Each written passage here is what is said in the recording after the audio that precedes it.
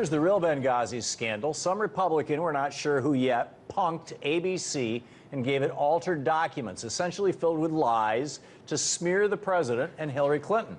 Someone in the Republican Party decided that taking down President Obama and former Secretary of State Hillary Clinton was more important than telling the American people the truth. Bombshell testimony from 3 Benghazi whistleblowers is set to get underway tomorrow. Brand new hearings into the terror attack that will take place tomorrow morning. This as new questions are growing about what then Secretary... Since day one, Republicans and their allies over at Fox So-Called News have said that their obsession with Benghazi is not about politics, but about proving that President Obama lied to the country about the true nature of the September 11, 2012 attacks that killed Ambassador Chris Stevens and 3 others. But it's not the president who's lying to the American people, it's the Republicans. When ABC's Jonathan Karl first reported on May 10th that administration email chains showed that the White House was responsible for editing the initial Benghazi talking points to make Clinton's State Department look good, Republicans went on the attack. They argued that those emails proved once and for all that the president and his advisors underplayed the role of al-Qaeda-linked militants in the attack on an American diplomatic installation and did so to protect Clinton. In one particularly damning passage from ABC's Republican-edited emails, Deputy National Security Advisor Ben Rhodes supposedly wrote that we must make sure that the talking points reflect all agency equities, including those of the State Department, and we don't want to undermine the FBI investigation. We thus will work through the talking points tomorrow morning at the Deputies Committee meeting. In ABC's version of the Benghazi email chain, Rhodes' comment appeared to agree with current concerns expressed by State Department officials that any reference to terrorist groups in the planned talking points would be politically damaging for Clinton's State Department. However, as Jake Tapper of CNN revealed last week, an as yet unknown Republican gave to ABC News an altered version of the email that had words inserted in it that were not in the original. The real version of Rhodes' email reads like this. Sorry to be late to this discussion. We need to resolve this in a way that respects all of the relevant equities, particularly the investigation. The White House's release of all the Benghazi emails later last week confirmed what Tapper's report suggested.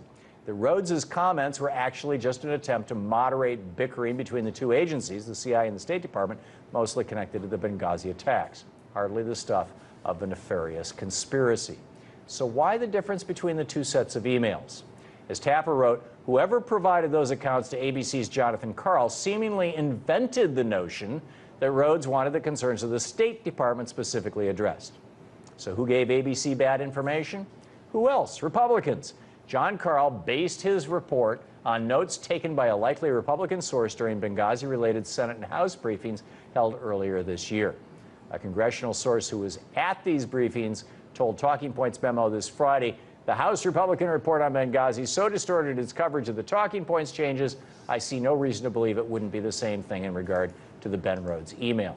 Another source added that some of them, Republicans and their staffers, could have taken really bad notes, but to me this looks more intentional. The GOP doesn't care about the truth or the facts. It cares about smearing the president and obstructing the legislative process. You want a scandal? There's your real scandal. Which Republican edited those White House emails? Which Republican handed off these false emails to ABC News? Which Republicans then promoted those lies to try to hurt the president and Hillary Clinton? And which Republicans are continuing to push these lies? Inquiring minds want to know. However, despite all this, Republicans continue to say that the Obama administration tried to cover up the truth about the Benghazi attacks prior to the November elections. For more on this, I'm joined by Dan Bongino, conservative commentator, former Secret Service agent, and former Republican candidate for U.S. Senate in Maryland. Dan, welcome back. Tom, how are you? I'm fine. This is a pretty, I was condemning the Republicans pretty hard here, but it seems like the facts are not looking good. All this Sturm and Drang coming out of Darrell Issa and his committee and Fox News, and somebody's making this stuff up. Shouldn't the Republican Party be upset about this? Well, that's a red herring, the email. The fact is, Ben Rhodes clearly wanted the talking points to reflect the fact that a video protest led to the death of these 4 patriotic Americans, which it didn't. No serious person on the ground thought that. Greg Hicks didn't think that. And I can tell you, the Ambassador Stevens, when he took the RSO, the DSS agent's phone that was given to him while the building was being lit on fire by diesel fuel oil, and he called Hicks, and his last words to him were, "We're under attack." Right. Not there's a protest video. You know, I spent a lot of time overseas, Tom. 12 years with the Secret Service, 27 countries, multiple times to many of them. I never once thought that I would be left there alone. You know, those guys were left to die. I have no doubt about it. I am not trying to get you to vote Republican in the next election. Frankly, I don't care. But this is a, forget the words conspiracy, they're all toxic words. This is a sham. You're being misled. Those guys were left to die. I'm telling you that's not how this works overseas. There was a plan for this. The plan was not followed. Someone was told to stand down. The email argument's nonsense. It was, and I know exactly what happened. Jonathan Karl's by no means a committed right-wing conspiracy theorist. Jonathan Karl was only given time to write notes on the emails. They didn't have time to take, they mistook the notes and gave them to the Republicans. But he quoted it as an actual It was quote inaccurate, no question. Yeah, these guys were left to die, and there's a lot of good questions about, you know, why did the Republicans vote repeatedly to cut security funding for the but that had nothing to do with it. State Department said that themselves. Why were there 20 or 30 CIA officers in the area? This was basically a CIA station. What did the CIA have to do with this? You know, what did the State Department have to do with this? I understand these are all legitimate questions, and Secretary Clinton has already said 4 people died. It was a tragedy. I take responsibility for that. But this is being turned into some sort of horrible conspiracy that involves her and the president when it doesn't. I mean, Darrell Issa is trying to turn this into something to bloody up or beat up a potential presidential nominee for 2016 for the Democratic Party and to take down this president. Well, don't you find it quite odd, though? President Bush fires a couple of United States attorneys. A practice in my 12 years investigating federal cases happens all the time. They're political appointees. It's an international conspiracy. No one claims the Democrats are playing politics. Well, actually, it was the Republican attorneys who got fired who claimed that it was a conspiracy. They were the ones who said that it was Carl Wilson. Either way, points to 4 of our guys are left to die. A plan that was written in stone for a FES team, a Foreign Emergency Support Team. That is, their orders are to respond to a foreign emergency overseas.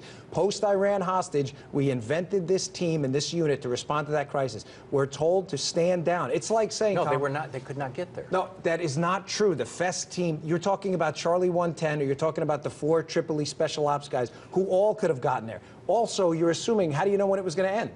Everybody's talking about they couldn't have got there in time. Well, what's time to you? How did you know the attack was going to end? The Iran hostage crisis went on for 400+ days. How did you know? Post-Iran, the military hot-washed it, put together this Foreign Emergency Support Team, a multi-agency task force that is the Foreign Emergency Support Team. It's like saying the Secret Service didn't respond to shots fired on the president because they wouldn't have enough time and they thought it was too dangerous. Tom, somebody told these guys to stand down. They could have prevented the second attack. I'm a libertarian at heart. If Republicans were at it, I would be calling for heads too. May well be. May well be. 4 people died. Whether, I don't think the president lied or the Secretary of State lied, but whether somebody screwed up and 4 people died, that's a big deal. Absolutely. Where was this outrage when Bush was lying us into a war that cost tens of thousands, hundreds of thousands of lives? Listen, the blame Bush thing, I have my own problems with President Bush. I didn't come here to argue Bush. We can argue. Or all the embassy attacks during the Bush administration. Okay, so there were more embassy attacks during the Bush administration. But I don't get the moral equivalence. So death by war is bad, but death to win an election is not? Wait a minute, are you suggesting that these guys were left to die so that President Obama could win an election? Yes, absolutely. There is no doubt in my mind. That's insane. Tom, why were they told to stand down? It makes no sense. So a president could win an election? You're going to let people die? They did not want these guys. If the military boots were on the ground, they would have known right away that this was not a protest over there. They could not let those men respond. What possible benefit could this administration have? Because they could spin the story later knowing they had the Cairo protest to fall back on. Don't you think if they'd rescued the guys, there'd be no worry about having to spin the story? They couldn't rescue the guys, because what are you rescuing from? Well, a protest that went bad? You just said they could spin these guys. What? No, they could spin the story because they had this Cairo YouTube protest. You just said they could have rescued them. Now you're saying they couldn't rescue them. Because they did not want military boots on the ground, because when military boots got on the ground, one, the Libyan failure would have been epic, and the fact that it wasn't a protest would have been clear.